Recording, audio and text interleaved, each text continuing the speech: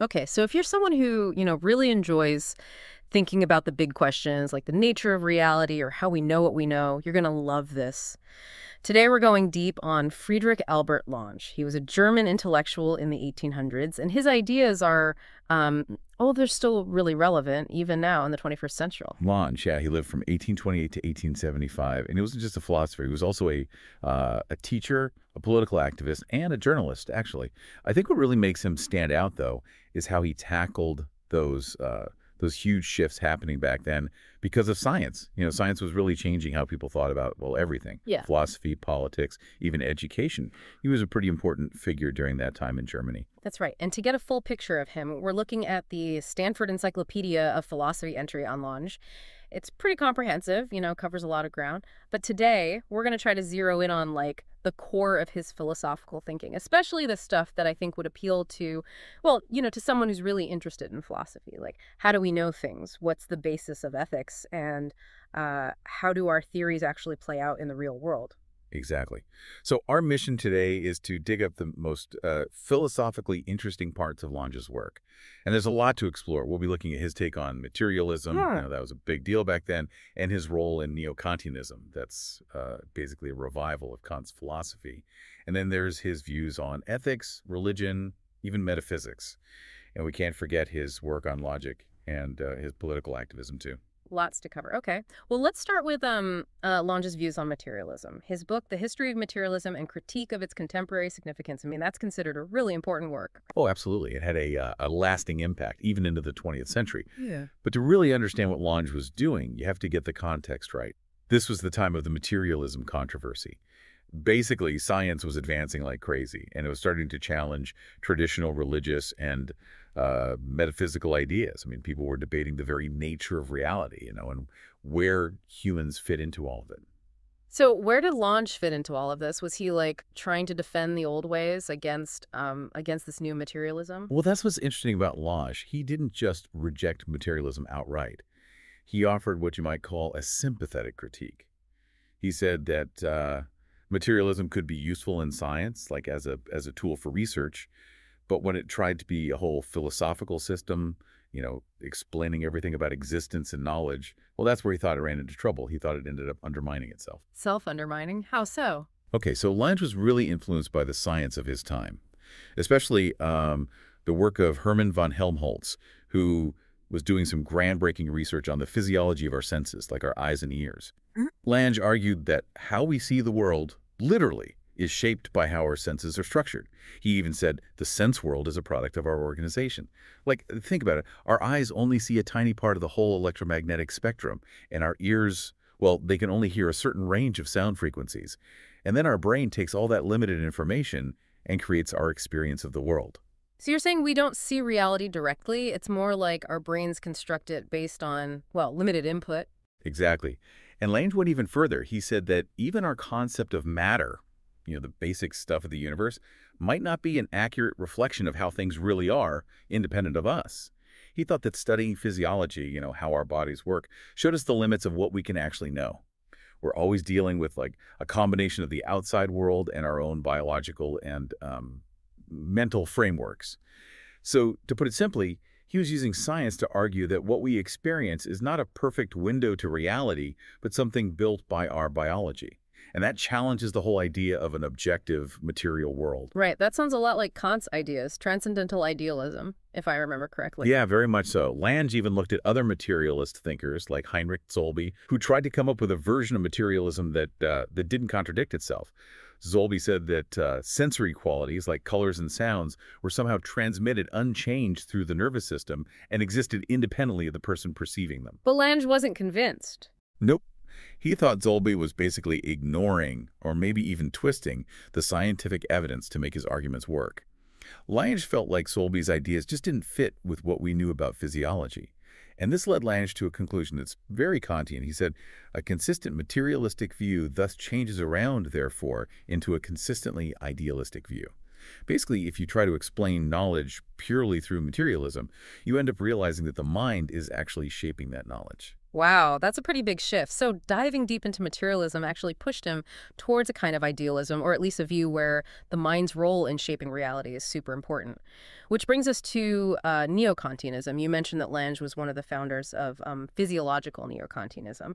That's right. He was a key figure in the Back to Kant movement. It was a response to, well, a few things. First, there was Hegelian idealism, which was the dominant philosophy in Germany at the time, but many people felt it was too abstract and out of touch with the real world.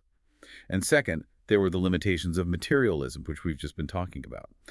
So Neo-Kantianism, with Lange leading the way, was an attempt to ground philosophy in the ideas of Kant, but with a new scientific twist. So Kant's philosophy was the way forward, but they needed to bring in the latest science. Exactly. And the physiological part is crucial here. Mm. Lange and other thinkers like Helmholtz argued that new discoveries in physiology actually supported some of Kant's key ideas, especially the idea that our minds play an active role in shaping how we experience the world. So science was giving empirical evidence for Kant's more abstract philosophical framework. So they saw science as backing up what Kant was saying about how humans understand things. Yes, in a way. Take Helmholtz's sign theory of perception, for example. He said that our senses don't give us direct copies of the world, but more like symbols or signs that our minds interpret. Like words on a page represent ideas, but they're not the ideas themselves. This theory fit perfectly with Kant's idea that we don't experience the thing in itself directly, only how our understanding shapes it. But didn't they have some disagreements with Kant? I mean, the thing in itself, wasn't that a sticking point? Oh, absolutely. Lange, like Helmholtz, wrestled with the idea of the Ding in sich, the thing in itself. That's the reality that supposedly exists outside of our experience, but which Kant said we can never truly know. Later thinkers, like Ernst Mach, really criticized this concept. They asked, how can we even talk about something that's, by definition, beyond our experience? Okay, so they were using science to support some of Kant's ideas, but also struggling with some of the problems in his philosophy. Now let's move on to ethics, religion, and metaphysics. How did Lange's Neo-Kantianism and his critique of materialism affect his views in these areas? Well, this is where it gets really interesting for a philosopher. Lange said that metaphysics, that branch of philosophy dealing with the nature of reality, is actually a lot like art. It's a product of the human imagination. He thought it came from our deep desire to find meaning and order in the world, even when things go beyond what we can prove scientifically. So for Lange, metaphysical systems aren't necessarily giving us objective truth in the way that, say, a scientific theory might. So metaphysics isn't a direct line to some ultimate truth. Exactly. And this idea had big implications for his views on ethics. He looked at the ethical conclusions people often drew from materialism. He agreed that materialism could explain why people do certain things, maybe even selfish things. But he said that doesn't tell us what's morally right or wrong. Just because you can explain action through materialism doesn't make it ethical. So he was against what he called ethical materialism. Yeah, that's right. He didn't believe that just pursuing pleasure or material things was the same as the highest good for humans. And he was worried that this kind of limited view of human motivation could lead to problems in society like unfairness and inequality. What about religion? Given his views on metaphysics, I'm guessing he wasn't a big believer in traditional religion.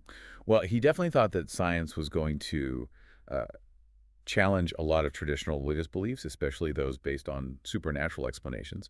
But he wasn't dismissive of religion entirely. He was concerned about what might happen if people just abandoned religion without having anything to replace it. He worried about the social and moral consequences, if people lost that sense of shared values and ethical guidance. So even though he didn't buy into the metaphysical claims of religion, he saw it as having a purpose, like a social function. Yeah, you could say that. He compared religion and metaphysics to fairy tales for adults, but not in a bad way. He meant that they serve a similar purpose to art. They inspire us to be better people and help us deal with what he called spiritual impoverishment by giving us ideals and myths to believe in. He even saw a connection to Schiller's philosophical poetry and some of Kant's ideas about how imagination shapes our moral sense. That's a really interesting comparison, but it raises a question for me. If morality is based on these imaginative creations, does that mean it's arbitrary? Like, does it have any real foundation? Did Lange ever address that? That's a great point. And the Stanford entry actually mentions that Lange isn't totally clear on this. It's not obvious whether he thought morality itself was just a kind of socially constructed myth.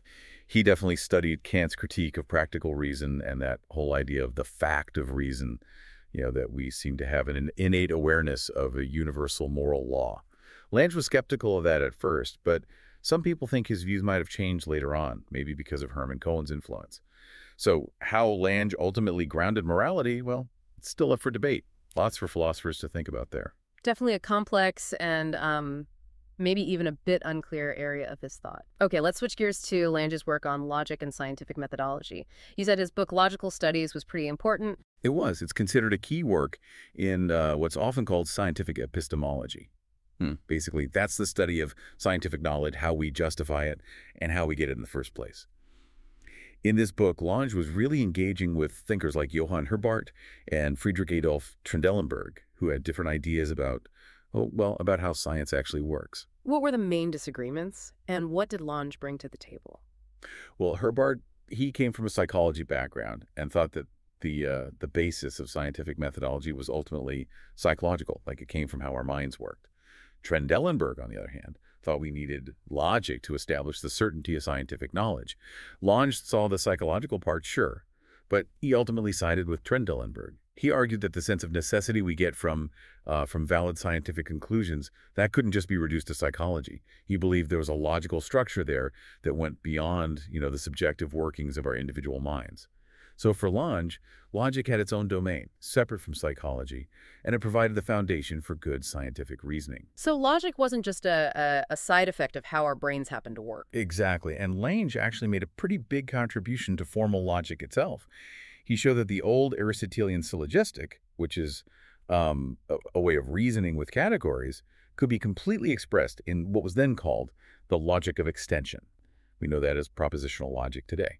And get this, he even used diagrams that were a lot like Venn diagrams, even before Venn. That just shows how forward-thinking he was when it came to logic. Wow, that's pretty cool. A bit of a history of logic lesson there. Right, and even more importantly, he argued that all certain or apodictic scientific inferences were basically the same at their core. It didn't matter if a conclusion came from pure reason, a priori principles, or from experiments and observations.